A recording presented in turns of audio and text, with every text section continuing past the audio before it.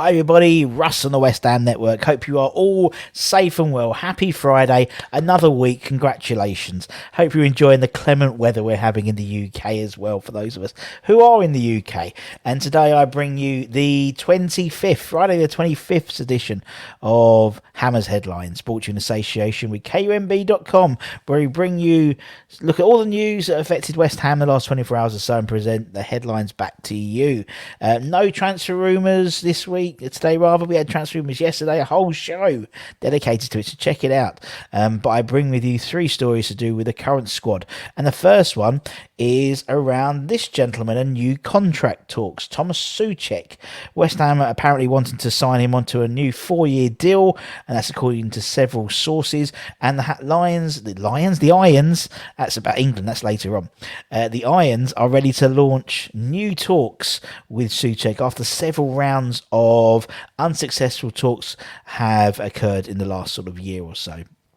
Soucek apparently is wanting around £80,000 a week, and West Ham were open to renegotiate a contract, considering how well he's been playing since we signed him in 2020.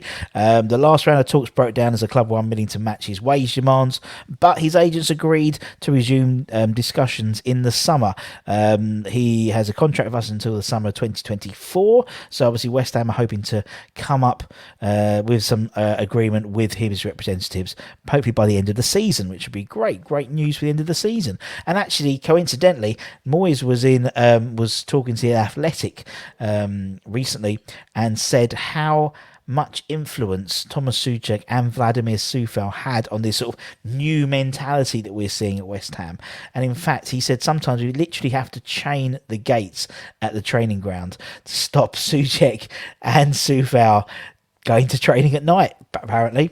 Obviously with Thomas, with Declan Rice, Jarrod Bowen, Zuma, I mean, these are the stalwarts, these are the pillars that we have to maintain at the club, and hopefully a deal can be agreed. So that's one guy who apparently is getting a new contract. One person who isn't and is out of the door apparently is Alex Kral. Probably the worst kept secret maybe, but West Ham probably turned down the chance to permanently sign him for £17 million in the summer. According to Football Insider, West Ham will allow the midfielder to return back to his parent club in the summer and not capture his signing on a permanent basis. He joined last summer on loan from Russian outfit Spartak Moscow.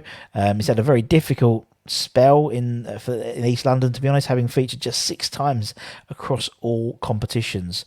When we signed Kral in the summer last year, they agreed in principle an option to sign him permanently if he reached a number of appearances, and apparently we are well away from that number. I don't know what the number was, but we're going to go. He's getting no way close to it very, very soon at all.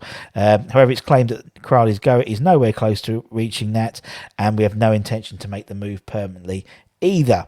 His lack of game time doesn't really come to much of a surprise. We've got Soucek and Rice. That's Moyes' too. Plus he's got Noble, he's got Lanzini's played there. He's got Pablo Fornals and Vlasic, Ben Rama, who can all play in that sort of in either of those 3 positions, to be honest, whether it is the central positions or with Benny and Vlasic in the more advanced positions as well. On the rare occasion he has made an appearance, hasn't really shone. He played actually all right at Man United game in the Cup, if I remember, but that's probably about it. So West Ham's decision to part ways with the midfielder makes a lot of sense, and as I said, it's not necessarily the most groundbreaking bit of news we've had recently. One interesting development actually in terms of the internationals is Ben Johnson. Now, Ben Johnson is set to make his under-21 debut, actually his England debut in all age groups. He's never played for England, but tonight he's meant to be starting against Andorra in Bournemouth, and he's set to be playing out of position with the the young Lions boss, Lee Carsley. Remember Lee Carsley? He's the under-21 boss. Anyway, he's planning to use the 22-year-old as a centre-back when obviously they face Andorra in Bournemouth tonight. Obviously, traditionally a right-back, but it also operated on the left side of the defence for David Moyes this season. He's only played once centrally for the senior side at West Ham when he was deployed as one of the back three in the Carabao Cup quarter-final defeat at Tottenham earlier this season. In fact, actually, when I used to go and watch him play quite a lot for the under-23s, he would operate as one of the back three, usually the right side of the back three, with Elise and Baptiste. I think it was almost this season, or was it last season? I can't remember. So he has played in that position, but the trouble with Ben is he's got so much fierce competition at right back across the board in England, in the England setup, particularly in the under-21s alone. We'll go through who else is in the under-21s who plays in his position. So maybe moving centrally may have his best shot of progression through the England setup. Who knows? As I said, he's one of three right backs currently in the under-21 squad. Timo Memento from Southampton, Dej Spence on loan at Nottingham Forest from Middlesbrough, who will probably be moving to a Premier Club in the summer, I'd imagine. They're in the squad, including Ben. Plus Tariq Lamptey, he was in the squad as well, but he's pulled out due to illness. So that's four right backs really vying for one position. So when asked, when Lee Carsley was asked whether moving Johnson to centre back would aid his England career, he said he's got all the attributes of a fullback with his athleticism and also got the stature of a centre back. He's tall and aggressive. The fact he can play left side is also a bonus. He's been really impressive on and off the pitch. All the staff have taken a shine to him, and you can see why David Moyes and West Ham are keen on him. Asked if his versatility would put him higher up in the England pecking order than some of his rivals. He basically said, yeah, definitely, yeah. I think with his stature and against teams like Andorra, you're going to let us have a lot of ball. He can play centre-back quite comfortably, or in a three as one of the outside centre-backs. I see his versatility and flexibility as a bonus. Particularly, you've got to imagine when it comes to things like tournaments, where you've got someone who has the ability to play two or three positions. And obviously that's what Moyes likes to do. I mean, look at Pablo Fornals. He plays in two or three positions. And so, although it's great that he can do that, he might necessarily nail down a position, which is with trouble as well. You're not known as the right back. You're known as a auxiliary player, which has some advantages. But when you have so many people playing right back for England, that's not even considering considering the senior squad as well. There's got to be half a dozen, at least 6, maybe 7 or 8 people who could potentially play right back for England in the senior squad. So good luck to Ben today. Hope he pulls in well. Hope he has a good game.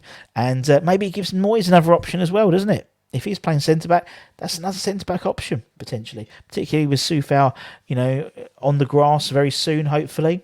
Ryan Fredericks. We've got Ashby as well. There's a lot of right backs as well at West Ham. So good luck to Ben. And that's it today. That's it today from the Hammers headlines. As I said, if you're new around here, give it a like, give it a comment, give it a share, give it a subscribe. Maybe become a channel member. Next week we've got Tony Carr on, Mr. Academy, doing a live Q&A on Wednesday night. So check that out. Get your questions ready, and you've got the opportunity to ask him live the questions. It's all about your show. With those types of shows. And on Thursday we've got a Julian Dix appreciation night. If you haven't seen them, they're brilliant. We have Martin Godliman, the voice of West Ham, the voice of London Stadium, the ant to my deck, with his encyclopedic knowledge of West Ham, and Shedman himself, Nigel Khan, and the two of them literally talk about, and it's incredible. I just sit back and listen, but we'll have hopefully some highlights of Julian's career. We sort of dissect it a bit. It's always really, really good fun. We did Sir Jeff Hurst a couple of weeks ago, so check that out on the channel. But that's it, my friends. Hope you have a lovely rest of the weekend. Take care, everyone. Stay safe, stay healthy, and I'll see you guys very, very soon. Take care, my friends. Ciao, ciao.